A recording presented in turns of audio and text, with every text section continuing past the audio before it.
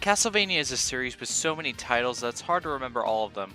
With so many gems like the original trilogy, Super Castlevania 4, Rondo of Blood, Symphony of the Night, Circle of the Moon, Aria of Sorrow, Dawn of Sorrow, Portrait of Ruin, Order of Ecclesia, the list goes on.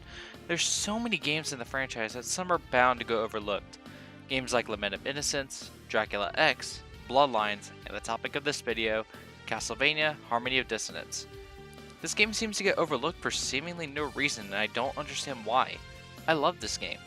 It's a solid entry, and I adore this game despite its glaring issues.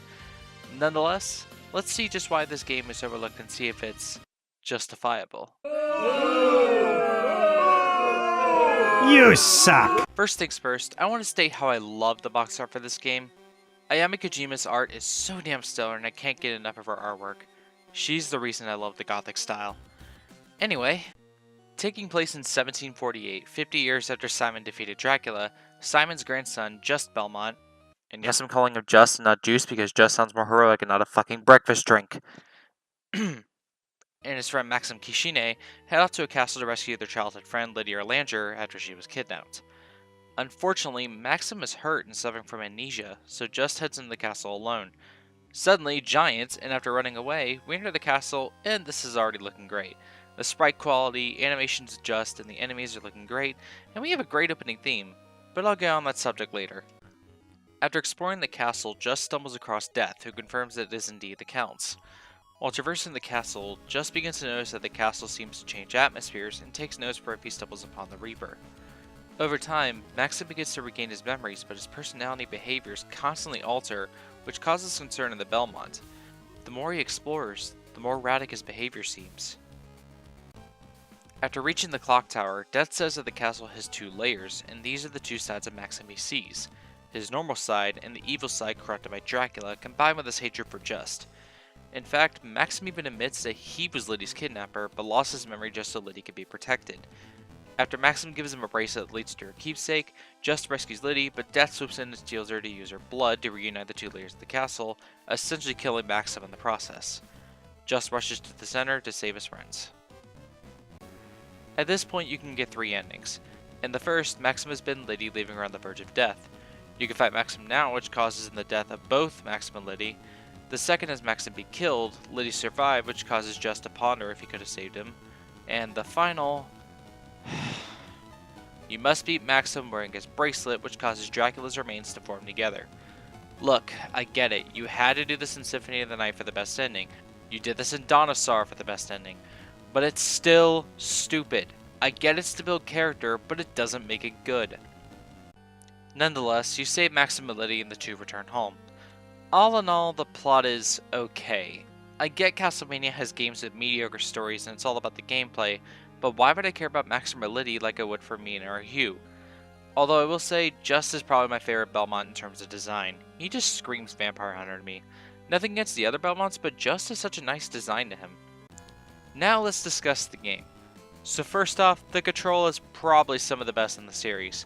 Just controls wonderfully, his jump is very well controllable, and he has an amazing moveset. You can not only backdash, but you can now front dash. This right here is why I love this game. The front dash and backdash are fucking amazing in this game. The recovery time on them is near non-existent, the speed is insane, the amount of dodging you can do to avoid attacks. Seriously, these dashes are what makes this game fun to me, seeing as you can dodge so much BS in such a short amount of time that it makes Just such a fun character to control. And that's not all in terms of his moveset I love. His whip is incredible.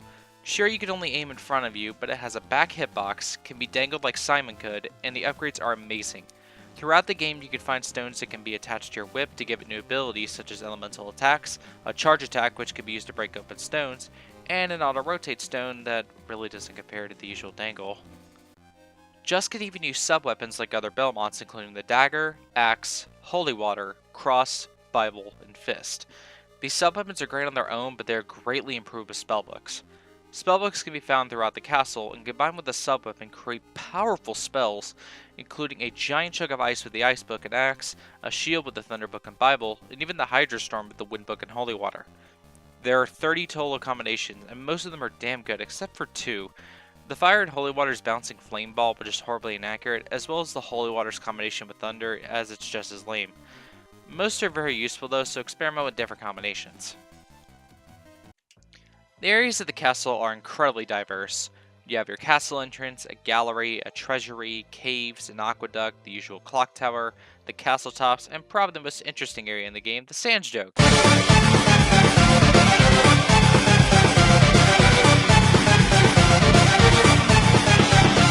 Okay, let's not start that. But these areas have two different forms, changing the aesthetics, enemies, and even the bosses.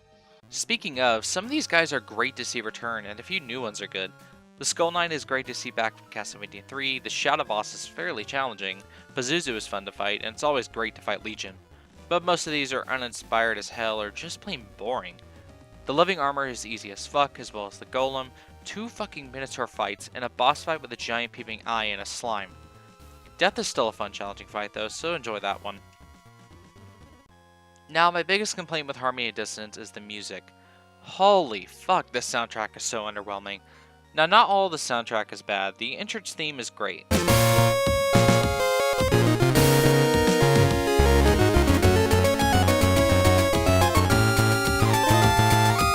But as you've noticed, the Gba Instruments are horrible in this game, and this is so off-putting. Circle of the Moon had an amazing soundtrack, but these...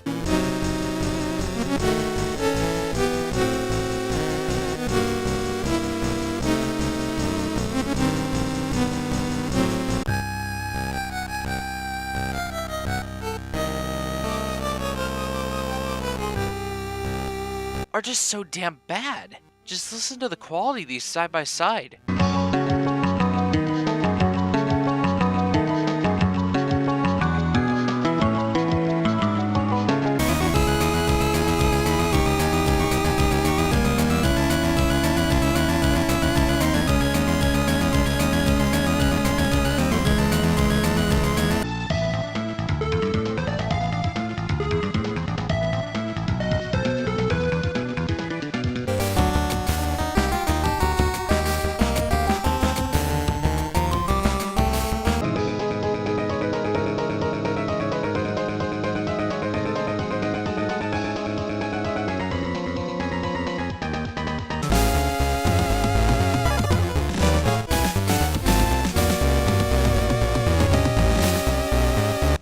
The comparison is night and day, but there's supposedly a reason for the lower quality. In an interview, producer Koji Igarashi stated that the sound chip quality was lowered to put more emphasis on the visuals and what the GBA can handle, and, well, it paid off, I suppose. The visuals are undoubtedly the best part of Harmony of Dissonance. Maybe in the future this game can get some quality remixes in official Castlevania games. Although I will say, I unironically enjoy the Merchant's theme. Oh, that reminds me. Throughout the castle you can find bags of cash, which will allow you to get items from the merchant located through the castle. Items range from your usual potions, mana prisms, etc., but also include your armors and accessories. You can even sell gems you find for extra cash. Not really needed to buy items, since my other complaint is the difficulty. This game is really easy. Save points are very well spaced, enemies are not huge threats, the bosses tend to be easy, the movement options you have access to provide for easy dodges. You should have a fair time with this game. Overall, Castlevania Harmony of Dissonance is a game with some flaws, but it's a fun time nonetheless. The movement, the exploration, the visuals, the combat, all are great, but it's plagued by easy enemies and a mediocre soundtrack. I'd say to give this game a shot. Maybe Konami will give this game the chance it deserves in the future. Maybe another Judgment or Harmony of Despair style game just can be featured in, or maybe an HD remake for the Switch. I'd love for this game to get more attention, since this is usually the one everyone overlooks despite it being a solid game. I feel kinda bad for Igarashi and director Takashi Takeda. They worked so hard to give a visually pleasing Castlevania GBA game, but all their efforts were in vain. This is one of my favorite games in the series, but no one else seems to think so. Anyway, I'm Payday, and thank you guys so much for watching, and I'll see you guys next time. Oh, that reminds me. Throughout the castle you can find bags of cash, which will... Cash? Cash... Okay, sorry.